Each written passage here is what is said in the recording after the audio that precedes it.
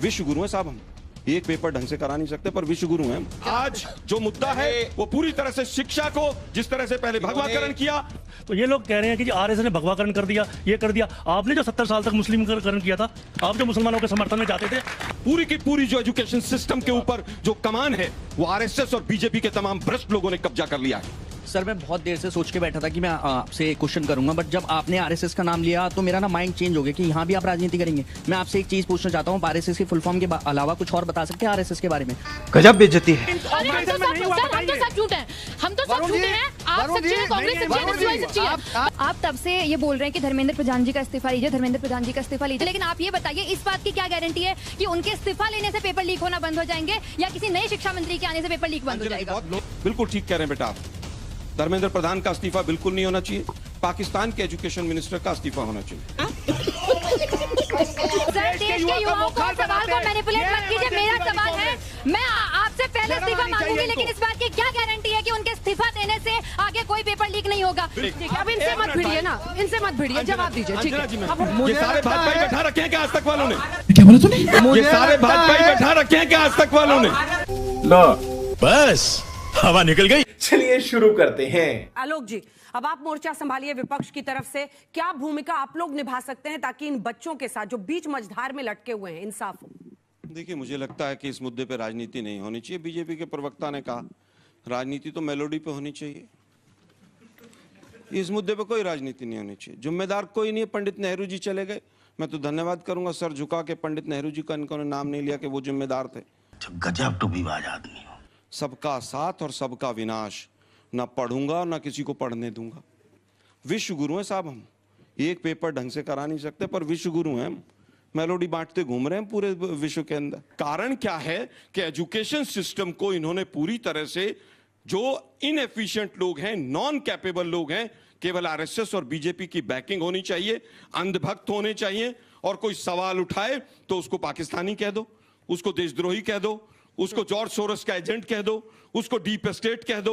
अरे तुमसे website hack हो रही हैं, पेमेंट के मॉडल नहीं खुल रहे हैं, सीबीएसई जैसी संस्थान का भट्टा बैठा दिया, लेकिन उसके बावजूद आप लोगों को याद होगा यूपीएससी में एक चेयरमैन आए थे मनोज जोशी, याद है आप लोगों को? एक साल पहले 15 दिन में रिजाइन देकर भाग गए।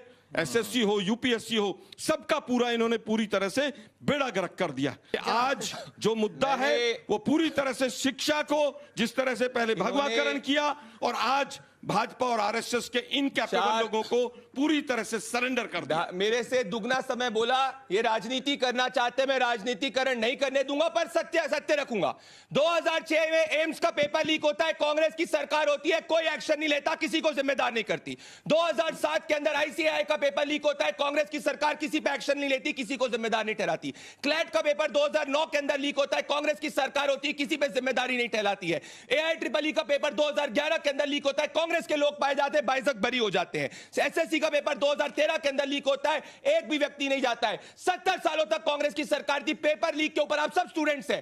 पहली बार देश में पेपर लीक पे डेजिग्नेटेड कानून कब बना? मोदी सरकार के अंदर पहली बार डेजिग्नेटेड कानून बना, जिसके तहत अगर कोई पेपर लीक करता है तो उसको 5 साल तक की सजा हो सकती है और 5 करोड़ तक 1 करोड़ से ज्यादा का जुर्माना हो सकता है, जिसके कानून का नाम है public examination prevention of unfair means act. क्यों नहीं इन्होंने 70 सालों तक जाके एक भी बार कानून बनाया पेपर लीक पे? क्योंकि ये उससे पैसा कमाते थे और इनके खुद के नेता इसके अंदर पकड़े जाते थे। ये इनका राजस्थान का चीफ है, ये जेल के अंदर बैठा था जब राजस्थान के अंदर पेपर लीक हुआ था। अरे बाप रे, ये तो धोती खोल रहा है। राजस्थान में कांग्रेस की सरकार में 5 सालों में 18 पेपर लीक हुए, चाहे वो रीट की घटना हो, चाहे राजस्थान एडमिनिस्ट्रेटिव सर्विस की घटना हो।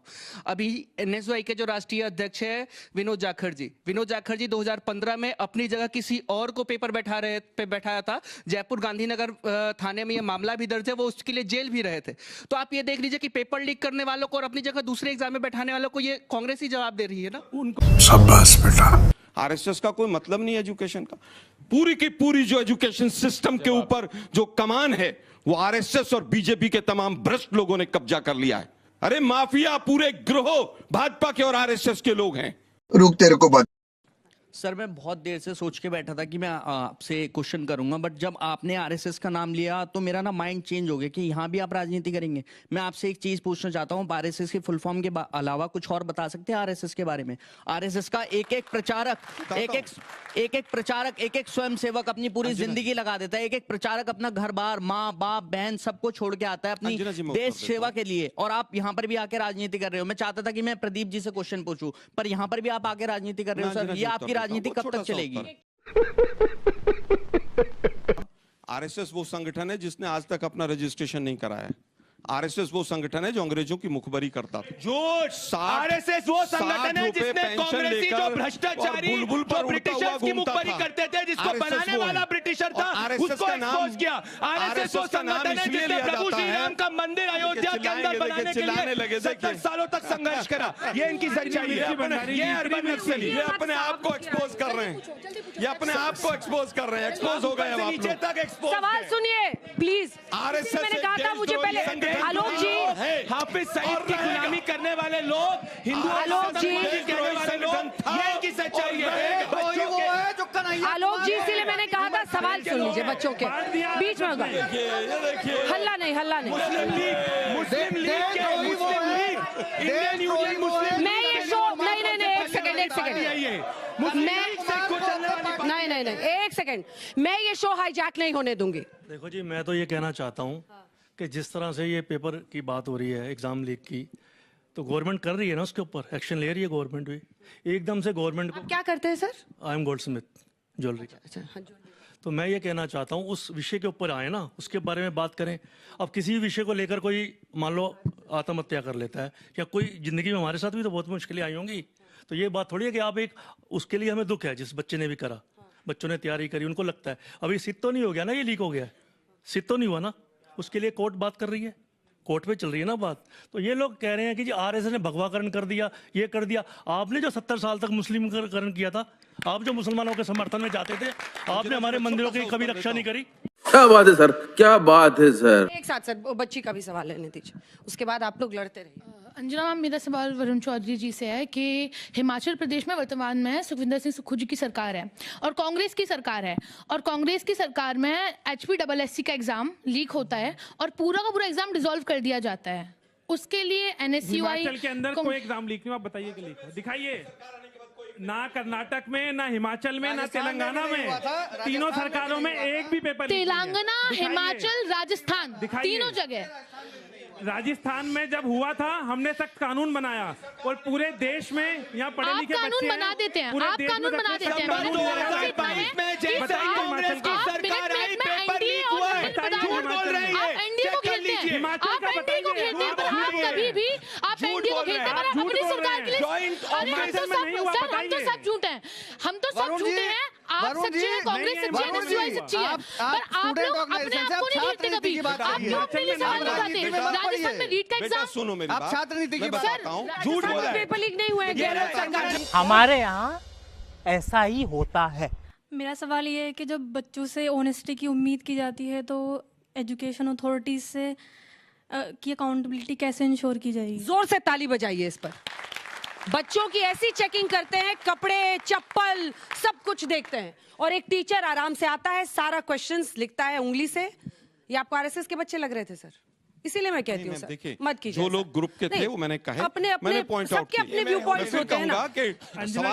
बच्चे जब एक सेकंड बारी बारी से, अब तो कम से कम इज्जत कीजिए जो उस बच्ची ने कहा है। आप तब से ये बोल रहे हैं कि धर्मेंद्र प्रधान जी का इस्तीफा लीजिए, धर्मेंद्र प्रधान जी का इस्तीफा लीजिए। मेरे को ये बताइए, 2021 के अंदर धर्मेंद्र प्रधान जी एजुकेशन मिनिस्टर बने, 2014 के अंदर भाजपा की सरकार बनी। क्या 21 से पहले, क्या 2014 से पहले ये सब नहीं होता था? लेकिन उसके, let me complete my question please sir. क्या उनके होने के बाद में भी पेपर लीक हो रहे हैं? इसमें मैं किसी गवर्नमेंट को जस्टिफाई नहीं कर रही हूँ, लेकिन आप ये बताइए, इस बात की क्या गारंटी है कि उनके इस्तीफा लेने से पेपर लीक होना बंद हो जाएंगे, या किसी नए शिक्षा मंत्री के आने से पेपर लीक बंद हो जाएगा? लोकतंत्र में जवाब देते हैं। आज का युवा देखिए, हर तरह के सवाल है। एक एक करके, अरे गुरु आप ही के पास आ रही हूँ, बारी बारी से, बारी बारी से। हाँ, अब बारी बारी से, ठीक है। आलोक जी, आप पहले जितने सवाल आपसे थे उसका जवाब दीजिए। देखिए, जहां हमारी 3 जगह सरकार है, चाहे वो तेलंगाना हो, कर्नाटक हो और हिमाचल हो। हिमाचल में जिस पेपर का आउट होने की बच्ची ने बात की, हमारी सरकार आने से 2.5 महीने पहले की बात है, और उसमें डीजी सस्पेंड हुआ। हमने आकर डीजी को हटाया, क्योंकि पुलिस की कहीं ना कहीं संलिप्तता जांच में कमजोर थी। इसके बाद बात आती है जो अभी पीछे की बच्ची ने कहा कि धर्मेंद्र प्रधान का इस्तीफा क्यों लिया जाए। बिल्कुल ठीक कह रहे हैं बेटा आप, धर्मेंद्र प्रधान का इस्तीफा बिल्कुल नहीं होना चाहिए, पाकिस्तान के एजुकेशन मिनिस्टर का इस्तीफा होना चाहिए। कौन है ये पागल आदमी?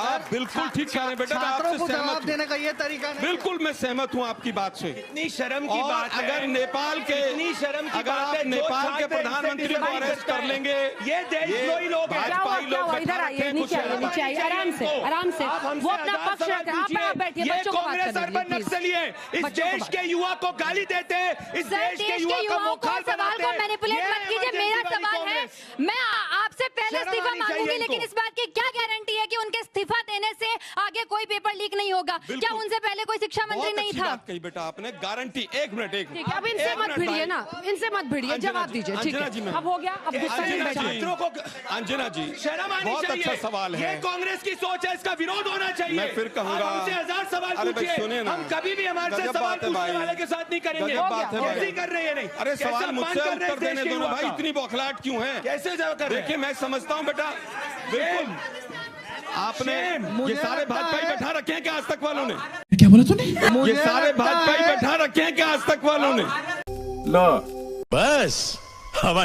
सर सबसे ज्यादा सवाल क्या बात कर रहे हैं आप? मैम ये बिल्कुल आलोक जी, सारे फिर भाजपाई वही लोग करें। बैठे हैं। आलोक जी, आरएसएस का नहीं, ये बात कर रहे हैं। नहीं, ये कैसे चलेगा? बताइए क्या पद? तुम्हारे बाकी अर्बन नक्सल है क्या? मैं बताऊं नहीं, इसका ये नहीं पद क्या चलेगा है? भाई, ये नहीं चलेगा। अब क्या सवाल आपके का कांग्रेस उत्तर के तो अर्बन देने नक्सल है? दीजिए, मैम। सारे सवाल आज के इनसे युवा हुए। को फिर भी मैं कहूंगा आपने देखा सारे सवाल हुए। सारे के सारे बीजेपी के लोग हैं। तो जो मुझसे अगर सवाल नहीं है पूछ तो रहे हो बता अर्बन देता हूं। नक्सली कांग्रेसी है, मेरे से जो अब बैठिए, सवाल आप पूछ रहे हो चुपचाप कांग्रेसी है। बैठिए। नहीं, मैं ये उत्तर स्टूडेंट देना को हूं, धमका नहीं सकते। देखिए अरे ऐसा नहीं है कि कोई किसी को नहीं धमका रहा को नहीं धमका सकते आप। हूं। इन्होंने कहा कि गारंटी ये क्या आपके है? कांग्रेसी देखिए मुझे क्या लगता है थोड़ा छात्रों का पक्ष लेना चाहिए। सारे बच्चों ने आज बीजेपी से सवाल पूछा, अब आप जबरदस्ती का लपक रहे हैं। सवाल पूछेगा। सारे बच्चे इनसे पूछ रहे हैं। स्टूडेंट को अर्बन नक्सली नहीं बोला। नहीं, नहीं, ये गलत है। प्रदीप जो इनसे विरोध करेगा उसको उस बच्ची लेबल ने- कर देंगे। उस बच्ची ये ने- इमरजेंसी वाले लोग हैं, ये हिटलर वाले लोग हैं। कैसी बात बच्ची कर रहे ने- हैं? नहीं, उस माफी बच्ची ने मांगो कहा स्टूडेंट कि से। गारंटी क्या माफी है? मांगिए उस बालिका से। अरे भाई आपको आप लोग माफी बोल मांगनी लीजिए, चाहिए हम आलोक चुप जी। हो जाते हैं भाई।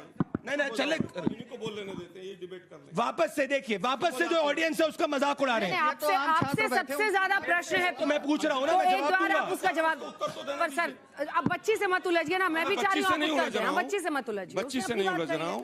ये देखिए, देश का युवा है भाई, उस बच्ची इन्होंने ने- सबसे ज्यादा सवाल आज उन इनसे बच्ची पूछे ने हैं। कहा कि गारंटी क्या है? हाँ मोदी की गारंटी भूल गए आप लोग?